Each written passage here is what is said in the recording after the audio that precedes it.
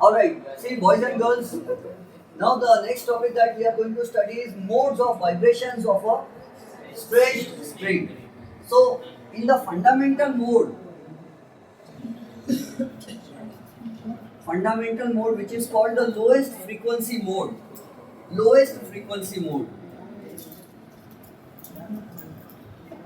सबसे कम फ्रीक्वेंसी की आवाज बनती है और आपको पता है जिस साउंड का फ्रीक्वेंसी कम हो वो मोटी आवाज होती है, अमिताभ बच्चन जैसी, है ना। और जिसका फ्रीक्वेंसी ज्यादा हो वो बारीक आवाज बनती है, लता मंगेशकर जैसी। तो जितना ज्यादा फ्रीक्वेंसी जितना ज्यादा रहेगा उतनी बारीक आवाज आएगी और फ्रीक्वेंसी जितना कम रहेगा उतना मोटी आवाज आएगी। तो फंडामेंटल मोड ऑफ वाइब्रेशन में है लो फ्रीक्वेंसी, और जनरली जो उदास वाले गीत बजाते हैं गाते हैं लोग उसमें लो फ्रीक्वेंसी वाला म्यूजिक रहता है। लो फ्रीक्वेंसी सैड सॉन्ग्स में लगाया जाता है।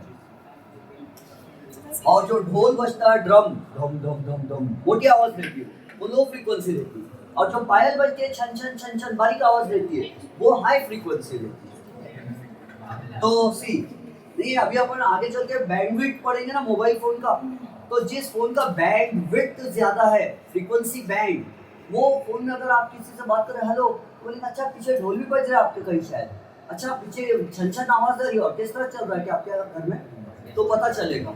और अगर कोई डिब्बा वाला फोन ले लेते हैं, कौन सा टॉर्च वाला कीपैड वाला, उसमें ना ढोल की आवाज सुनाई देगी ना छन छन आवाज सुनाई देगी, बस जो बात कर रहा है उसकी आवाज सुनाई देगी। क्यों? वेरी हाई फ्रीक्वेंसी की आवाज सुना हमको नहीं सुनाता है, वो वेरी लो फ्रीक्वेंसी की आवाज हमको नहीं सुना पाता। क्यों? उसकी फ्रीक्वेंसी की रेंज ही उतनी नहीं होती है ना। आजकल तो कोई जानबूझ के फोन में फंक्शन आ रहा है कि सिर्फ आवाज ही आना चाहिए, बैकग्राउंड नहीं आना चाहिए आवाज, नॉइसलेस वाला, नॉइस कैंसलेशन वाला। लेकिन बहुत से लोगों को इंटरेस्ट होता है बैकग्राउंड सुनने में, कोई पत्नी लोग को इंटरेस्ट होता है कि पति कहाँ है, ट्रैफिक में फंसा है कि शॉपिंग मॉल में गया है घूमने के लिए।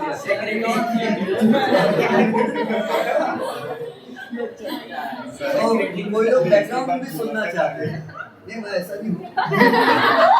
तो फंडामेंटल मोड और लोएस्ट फ्रीक्वेंसी ऑफ वाइब्रेशन। तो in the fundamental mode of vibration अगर हमारे पास कोई गिटार का तार है और हमने उसको एक बार चिमटी लेके खींच के छोड़ दिया सिर्फ, तो क्या होगा मालूम है? Only one loop will be formed, और क्लोज यहाँ पर हमेशा नोट बनता है because the string does not have freedom to vibrate, और यहाँ पर भी हमेशा नोट बनेगा क्योंकि the string does not have freedom to vibrate. रस्सी टाइट बांधी हुई है वहाँ पे तो ज्यादा उछल कूद नहीं कर सकती, लेकिन बीच की रस्सी बहुत जंप कर सकती है, एंटी नोट बनेगा बीच में। तो in the lowest mode of vibration, in the first mode of vibration of a stretched string, two antinodes and one node two nodes and one antinode are formed. तो length कितनी रहेंगी vibrating length? L is the length, vibrating length of the string L. तो L will be equal to lambda by 2. हमको पता है distance between any two consecutive nodes is always lambda by 2. Therefore lambda is equal to क्या हो जाएगा? 2L, है ना। lambda की वैल्यू मालूम होगी हमको। और फ्रीक्वेंसी का फॉर्मूला क्या होता है? Frequency is equal to velocity into velocity is equal to wavelength into frequency होती है। बताना पड़ेगा कहां से आया ये formula. Speed is equal to distance between two crest और drops is wavelength upon time यानी फ्रीक्वेंसी होता है। तो velocity is wavelength into frequency. अब वेलोसिटी का फॉर्मूला देखो एम्पिरिकली पता चला। एम्पिरिकली का मतलब क्या होता है? प्रैक्टिकल करके। तो साइंटिस्ट लोगों ने वेलोसिटी ऑफ साउंड का फॉर्मूला प्रैक्टिकली ऐसा पता किया कि velocity of sound on a stretched string is directly proportional to square root of tension and inversely proportional to square root of mass per unit length of the string. जब Ejaz sir और मैं छोटे थे तो हम क्या करते थे, विक्स की डिब्बी आती थी, तो विक्स की डिब्बी में हम क्या करते थे, एक गड्ढा करते थे यहाँ पे, प्लास्टिक की डिब्बी या टीन टप्पर की डिब्बी आती थी पहले, उसमें होल करते थे यहाँ, और होल करके एक धागा निकालते थे इस होल में से, और धागे में लकड़ी बांध देते थे। लकड़ी की वजह से वहाँ वो धागा निकलेगा नहीं बाहर, फंस जाएगा। और ये डिब्बी में भी एक होल करते थे और इसमें भी लकड़ी लगा के उस पर गांठ मार देते थे, और ये रस्सी को टाइट रखते थे 1-2 किलोमीटर दूर रखते थे। और इधर से मैं ये माचिस की डिब्बे में कुछ बोलता था, हेलो हेलो अल्फा अल्फा, और 1-2 किलोमीटर दूर एजाज सर अपना ये इसको कान में लगाते थे तो आवाज जाती थी। और जब हम ये रस्सी टाइट कर देते थे, रस्सी में टेंशन बहुत ज्यादा आ जाता था, रस्सी टाइट रहती थी तो आवाज जल्दी सुनाई देती थी, दूर तक जल्दी आवाज जाती। तो पता चला speed of sound on the stretched string is directly proportional to square root of tension in the string. और दूसरा है mass per unit length, not only mass per unit length which is also called linear density of the string. तो मोटी रस्सी लेते थे हम जिसका मास पर यूनिट लेंथ कम आएगा कि ज्यादा आएगा? ज्यादा आएगा, क्योंकि मास ज्यादा है। जैसे समझो 1 किलोमीटर रस्सी लिए, 1 किलोमीटर कपड़े सीने का धागा लिए और 1 किलोमीटर मोटा धागा लिए मंजा, कौन ज्यादा भारी रहेगा? मंजा, है ना। तो मंजा ज्यादा भारी रहेगा, उस पर कांच लगा रहता है, लेकिन कांच वाला नहीं स्मूथ वाला रहेंगे, तो उसका मास पर यूनिट लेंथ ज्यादा रहेगा। तो जिसका मास पर यूनिट लेंथ ज्यादा रहेगा उस पर साउंड की वेलोसिटी कम। और अगर वो कपड़े सीने का धागा लिए तो उसका मास पर यूनिट लेंथ कम रहता, मास कम रहता लेंथ के हिसाब से, तो उस पर साउंड की स्पीड ज्यादा है। तो एम्पेरिकली पता चला। तो यहाँ हम क्या रख देंगे? √T/m, where T is the tension in the string and m is the mass per unit length of the string। कैसे पता करेंगे mass per unit length of the string? तो total mass of string upon total length of string. Numerical solve करते समय ये बात ध्यान रखना कि यहाँ m की जगह total mass upon total length of the string रखना है। उसको बोलते हैं mass per unit length of the string. m is mass per unit length of the string. Mass per unit length को ही और क्या कहते हैं? लीनियर डेंसिटी कहते हैं, linear density of the string. क्योंकि अच्छे स्टूडेंट गलती कर देते हैं, यहाँ मास लिख देते सीधे क्वेश्चन में। वो लोग मास की भी वैल्यू देते, लेंथ की भी वैल्यू देते, उनको समझ जाना है कि ये मास पर यूनिट लेंथ कैलकुलेट करना है। अब यहाँ क्या हो जाएगा? लैम्डा इंटू n हो जाएगा। अब इसी को अगर और सॉल्व करते हैं तो what will be the formula for, अच्छा लैम्डा की जगह क्या रख सकते हैं? 2l। हम लिखेंगे √T/m is equal to 2l into n। n का फॉर्मूला क्या बनेगा? 1/2l आ जाएगा, 1/2l आ जाएगा, 1/2l √T/m। This is the formula for the fundamental frequency of vibration of a stretched string। यहाँ कितना लूप बना? 1, तो यहाँ 1 लिखेंगे। इसमें 2 लूप्स बने तो यहाँ क्या आएगा? 2। यहाँ 3 लूप्स बने तो यहाँ 3। ये 1 जहाँ आया, यहाँ नंबर ऑफ लूप्स आते हैं, तो हम फॉर्मूला में वहाँ P लिख सकते हैं, कैपिटल P, और P का वैल्यू यहाँ 1, यहाँ 2, यहाँ 3, जितना बनेगा उतना रख सकते हैं। तो this is the formula for the fundamental mode और लोएस्ट फ्रीक्वेंसी ऑफ वाइब्रेशन। तो ये किसका फॉर्मूला है? फंडामेंटल फ्रीक्वेंसी है लोएस्ट फ्रीक्वेंसी, बहुत मोटी आवाज, और इसी को कहते हैं फर्स्ट हार्मोनिक, और इसी को कहते हैं टोन। जब गिटार बजाते हैं तो सबसे कम आवाज, जो सबसे मोटी आवाज जो बजा सकती है गिटार, उसको बोलते हैं हम फंडामेंटल फ्रीक्वेंसी, बहुत मोटी आवाज। और उसी को फर्स्ट हार्मोनिक भी बोलते हैं और इसी को टोन भी बोलते हैं। टोन यानी क्या? एक पर्टिकुलर फ्रीक्वेंसी की आवाज को टोन बोलते हैं, कभी कभी पेरेंट बोलते कैसी टोन में बात कर रहा है मुझसे, है ना, कैसी फ्रीक्वेंसी की आवाज में बात कर रहा है, कैसी बारीक आवाज हो जा रही है बात करते समय।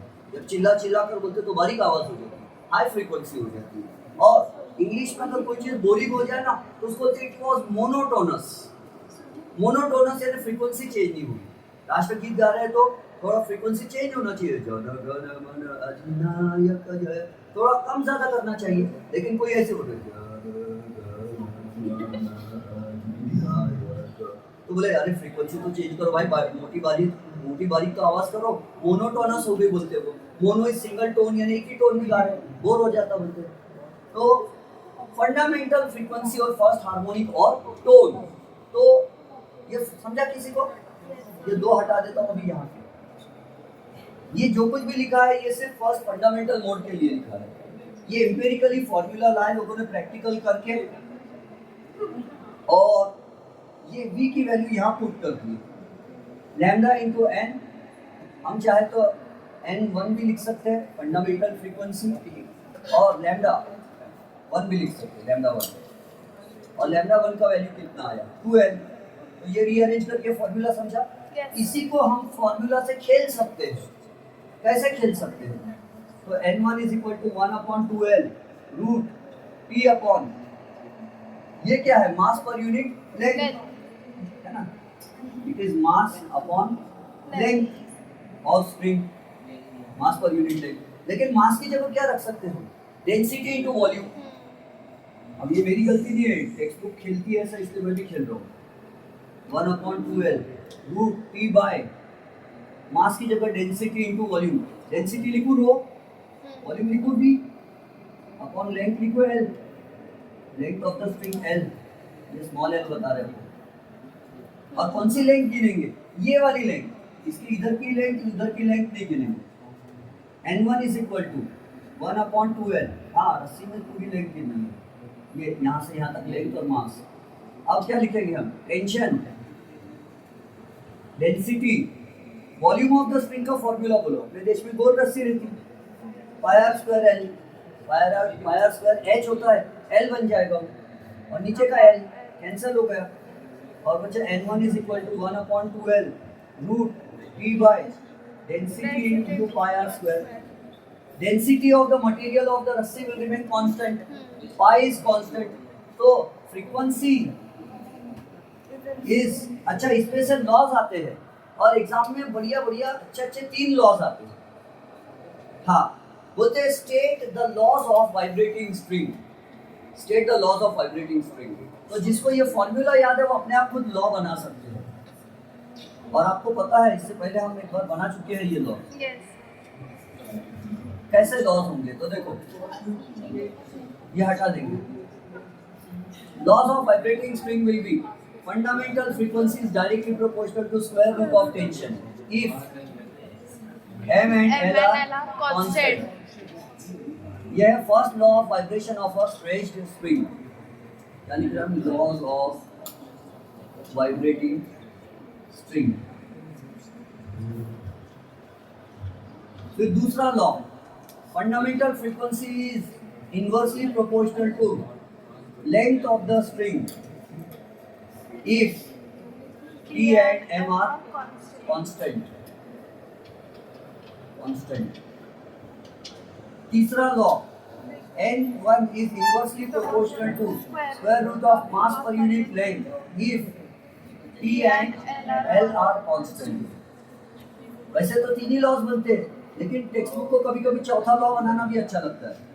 N1 is inversely proportional to, ये रूट में क्या है, आर स्क्वायर रूट में है, बाहर आएगा तो आर हो जाएगा, तो it is inversely proportional to r if p and l are constant.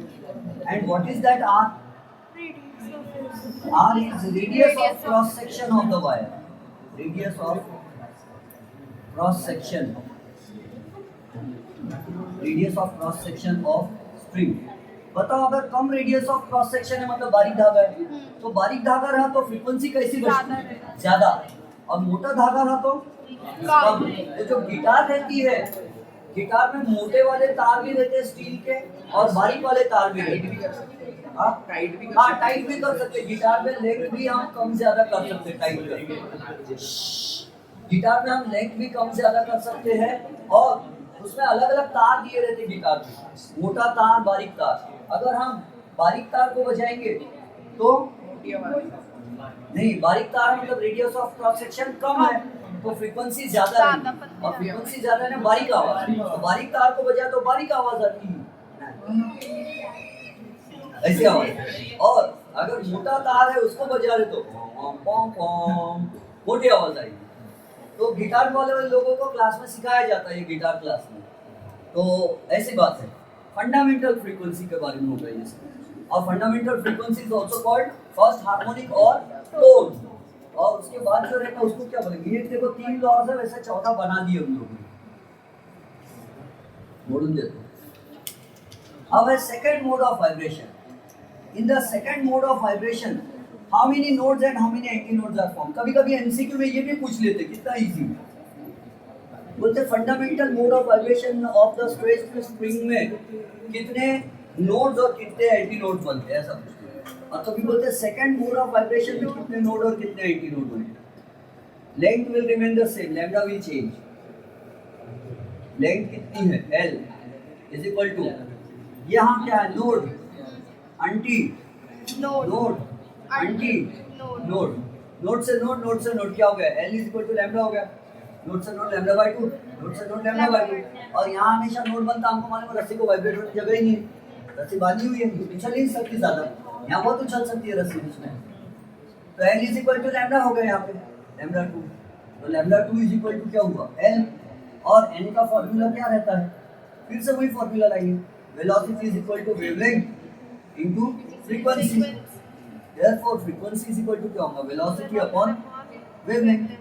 n2 is equal to wavelength की जगह क्या लिख सकते हैं L, है ना. तो n2 इज इक्वल टू क्या होगा, v की जगह क्या लिखेंगे, √p/m अपॉन L. अब क्या कर देंगे, n2 is equal to L, यानी 1 है L के नीचे, तो क्या हो जाएगा 1/L √p/m मल्टीप्लाई में डाल दिए, समझ रहे हो, मल्टीप्लाई में आएगा तो 1/L √p/m.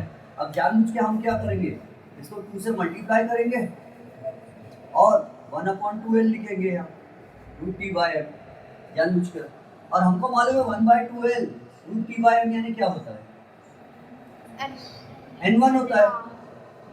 तो इसका मतलब क्या है, ये क्या है n2 क्या है, n2 is frequency of second harmonic, और दूसरा नाम क्या है, फ्रीक्वेंसी ऑफ फर्स्ट ओवरटोन. क्योंकि पहला तो टोन था, ये ओवरटोन है, उसके ऊपर का टोन है, तो फर्स्ट ओवरटोन. और क्या बोल सकते हैं, सेकंड मोड ऑफ वाइब्रेशन, और frequency of second mode of vibration of string. यानी अगर मैं रस्सी से गिटार से 100 हर्ट्ज की फ्रीक्वेंसी बजाता हूँ N1, और कोई स्टूडेंट बोले सर 100 हर्ट्ज की फ्रीक्वेंसी मत बजाओ सर, 200 हर्ट्ज की बजाओ, तो मैं बजा सकता या नहीं, बजा सकता. N2 is 2 times N1 available है. सिर्फ एक ही चीज ऐसी जो ऑड फ्रीक्वेंसी बजा सकती, वो है tube closed eight one and, tube open at one and and closed eight other and. ऐसा ट्यूब सिर्फ ऑड हार्मोनिक बजा सकता है ना. 100 हर्ट्ज की बजा सकता, 300, 500, 700, 900 की बजा सकता. या अगर 50 की बजाया है तो फंडामेंटल, तो 50, 150, 250, 350, 550 ऐसे बजा सकता है, 450, 550 ऑड बजा सकता है. जितना भी फर्स्ट की फ्रीक्वेंसी रहेगी उसके ऑड बजेंगे कब, in case of a pipe closed eight one.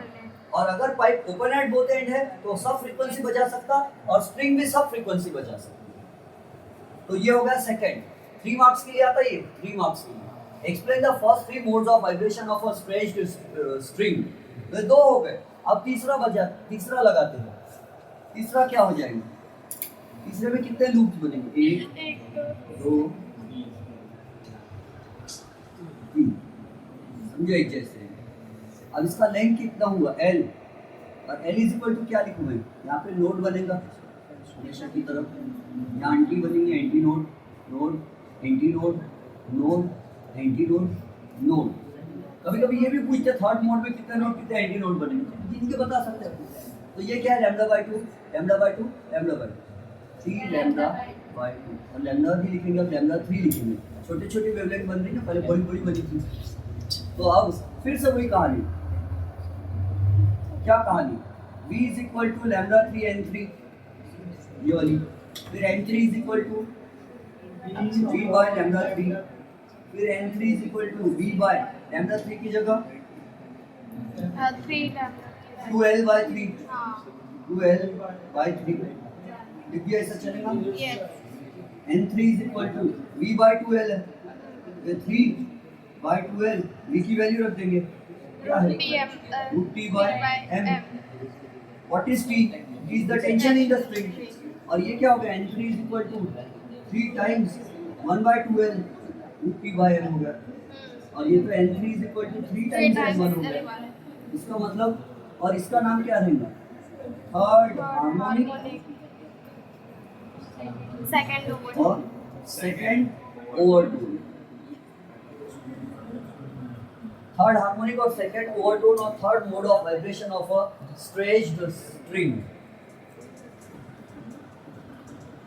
अब इस पर भी न्यूमेरिकल्स होते हैं, तो हम ये जनरल फॉर्मूला क्या बना लेंगे, n is equal to p upon √2l t by m, और वहाँ आएगा t is the tension in the string, tension in string, और टेंशन इन स्ट्रिंग का फॉर्मूला क्या है, tension is equal to mass in pan plus mass of pan into g. कोई बोलेगा मास of pan कहाँ से आ गया, मास इन पैन कहाँ है, तो याद करो सोनोमीटर बॉक्स, उस दिन जो पढ़े थे, sonometer box is a hollow wooden box, college में प्रैक्टिकल भी किया आपने, it's a hollow wooden box having holes at one side. 3D में इमेजिन करना है आपको, मैंने 2D बनाया, बनाओगे 3D नहीं बना सकते, तो यहाँ पे तार बांध देंगे और यहाँ पे रहेगा ब्रिज और यहाँ भी रहेगा ब्रिज, इसको नाइफ एज भी बोलते हैं,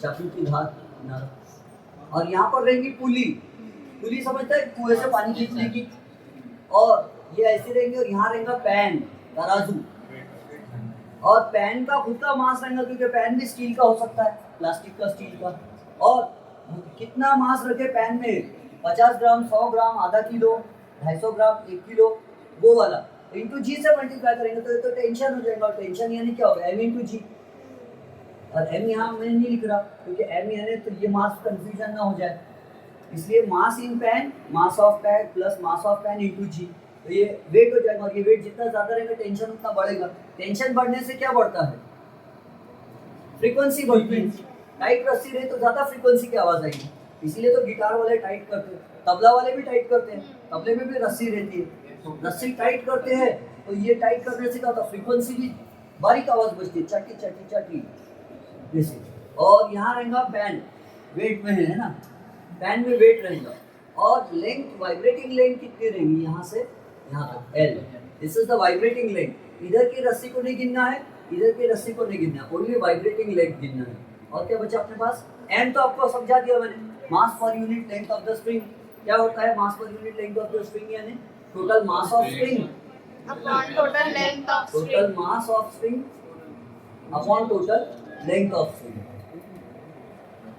टोटल लेंथ ऑफ स्ट्रिंग, और टोटल मास ऑफ स्ट्रिंग कैसे बताते मालूम है, कैपिटल M से बता देते, तो कंफ्यूजन हो जाता, कैपिटल M भी इसने ले लिया, स्मॉल m भी उसने ले लिया, इनको क्या होता है, तो पूरी स्पेलिंग लिखते, मास in pan, mass of pan, और अगर किसी न्यूमेरिकल क्वेश्चन में मास ऑफ पैन दिया है तो ये मास ऑफ पैन कंसीडर करना, वरना इसको नेगलेक्ट करना, मास इन पैन इनटू जी करना है बस, और जी अपना वही है 9.8 मीटर पर सेकंड स्क्वायर वाला, सीजीएस यूनिट में रहेगा तो 980 रहेगा।